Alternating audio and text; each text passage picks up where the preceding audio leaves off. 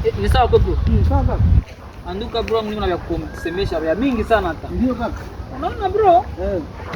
Toge niko pia sana. Ndio. Ndio napenda nishayaka kama moto wangu na rojuna unajua huko trafika nitafikia hata mkilia wa kuuza kama moto wangu. Na mimi nalaga kukamoto na waziebe tunaenda huko Bakisangani napenda nibeba kwa tromboni hata.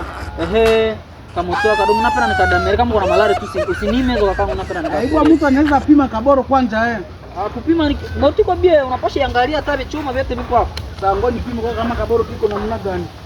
Moto sawa. Mashariki na hapa pia. Ukade tukakoloshe ugene. God have mercy upon us. Mwaka moto wangu na kamepita basi. Wale kanauzana hapa sasa hivi. Ha! Hey!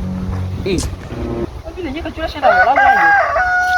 Bosi ni sawa kwa? Sawa Alo mtu alisha anauza kama moto wangu. Ameendea na huku ni mgasomo hivi wa Madrid, anavala na nini RDC Varese. Nimempita kwa ule kwa parcelle deja nimekuta sababu mzigo na hata monaka hata ule kwa mtu kwa anashindikana sana. Wewe maka yabo sitaona kuna maanisha nini?